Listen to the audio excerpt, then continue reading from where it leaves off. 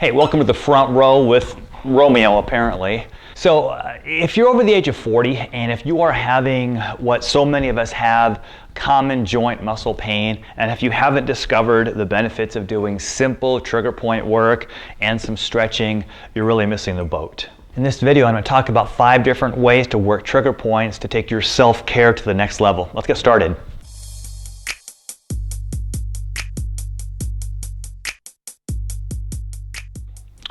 If this is your first front row video, welcome. If you have been here before and you're a repeat offender, welcome back. If you have yet not subscribed, please do so now. I would love to hit 10,000 subs by the end of 2020. If I don't have all this stuff, and this little, I know you can't see it, but this is all literally, hey, go get your ball, go, is literally all in this cabinet right next to me. And I will spend a good chunk of my evenings after work right here where I am right now, working on the same kind of stuff everyone out there watching this is having. So the first thing we have to do is make sure that you have purchased all this stuff. Here's the nice thing about it. You can get all of this stuff less than the cost of maybe a massage or even a physical therapy visit. And I'm a physical therapist, so I'm not saying to not see those people, but I tell all my clients is that you have to do self-care. Remember, self-care is healthcare. Self-care is healthcare. Self-care is healthcare. That's super important. So if you're not doing this, if you're a patient of mine and you know this, I'll give you homework. And if you don't do the homework, it doesn't matter how great the therapist is or the acupuncturist or whatever it might be, you're not going to see the results that you really want to. It's like that toolbox you have in the garage, right? Sometimes you've got a hammer, sometimes you've got a wrench, and you never know what you might need. For those of you that haven't purchased some of this basic trigger point stuff, I'll put a link in the description and under the comments of where you can go and purchase some of this stuff, and it's really not all that expensive. You're going to need a hard styrofoam roll. You're going to need, this is a Rollga, you're going to need some sort of foam roller with ridges on it as opposed to being straight. Lacrosse ball. But Ed, I have a tennis ball. This is Romeo's. I'm going to borrow this for a second. Just wait.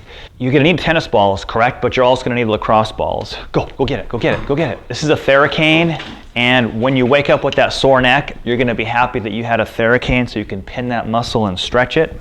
Go get it. Your ball's over there, silly. Hey, it's over there. This is a Pilates ball. You're going to need this when we start getting into psoas work. You don't really want to put anything sharp through the psoas area. You got to watch out for the femoral nerve. That's a different video, but you're going to need one of these. This is a stretching strap. This is a great way to get hamstring and adductor stretching. And then you're going to need a couple of yoga blocks, a couple of foam blocks for different things, and we'll talk about that. First technique we're going to talk about is just a steady hold. In response to deep pressure, a muscle tends to relax. So let's talk about the quads right through here. Let's say I've got a particularly sore spot in the quad. Once again, these videos are free, so bear with Romeo here. He's been pent up a little bit here. You're going to come forward and you're going to find a sore spot like right there. On my left quad, it's pretty tender right there. So literally what I can do is I can just put steady pressure on that area.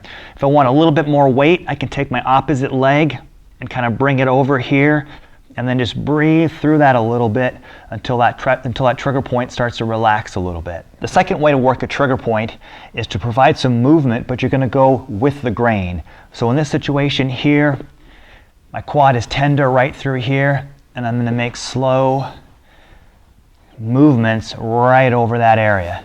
Make slight adjustments as I'm working it.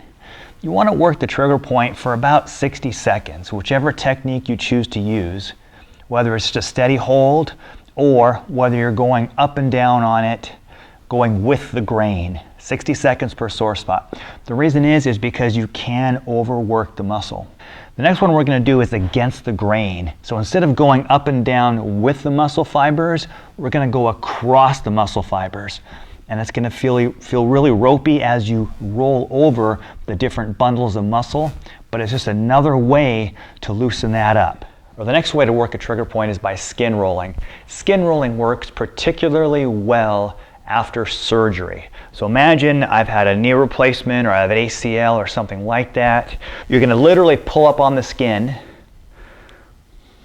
and this does not feel good.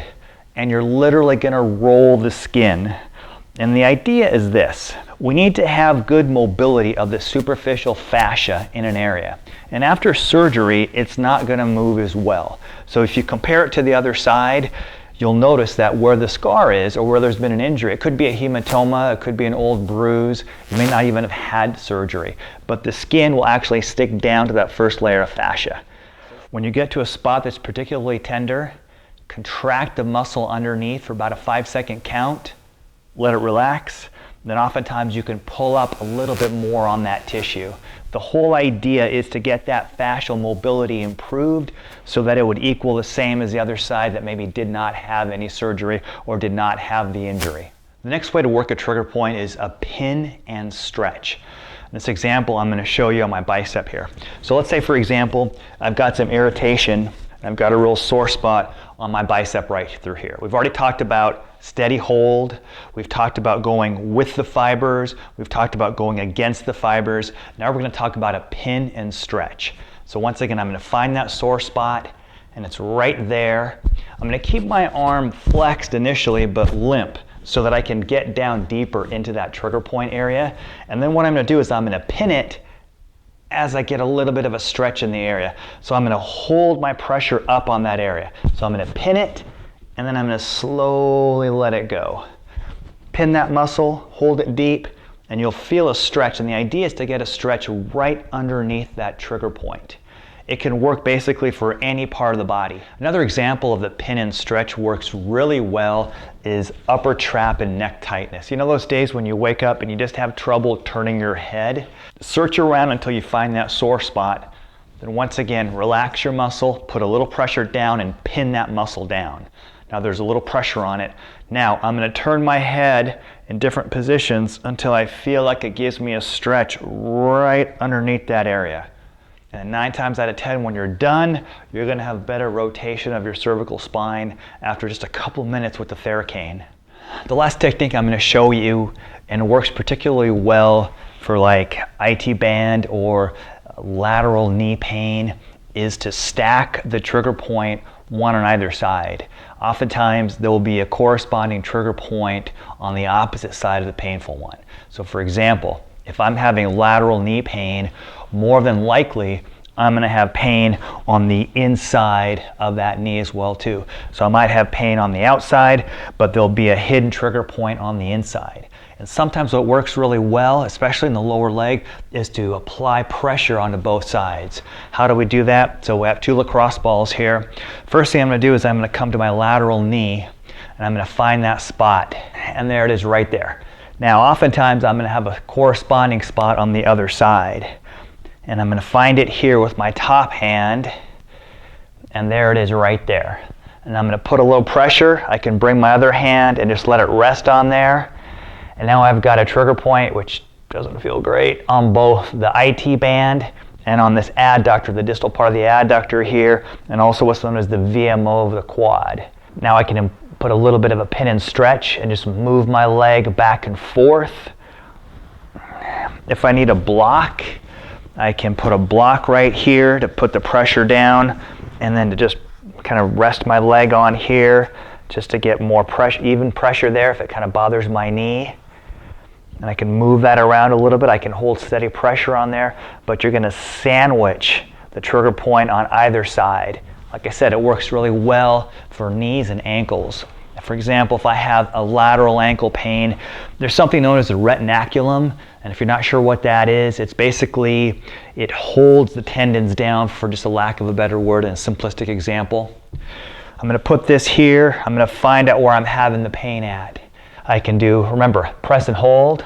I can do a pin and stretch. I can go across the fibers. I can go with the fibers.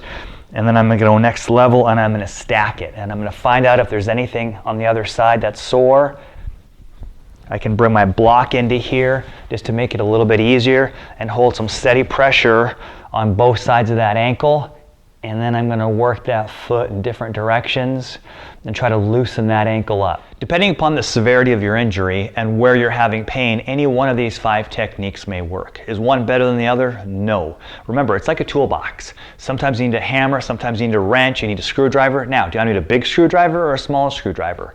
If you have any questions on the techniques, let me know. If you haven't subscribed, please do so. Give the video a thumbs up if you thought it was helpful. I would love to hit 10,000 subs by the end of 2020, and I got a long ways to go. All right, thank you very much.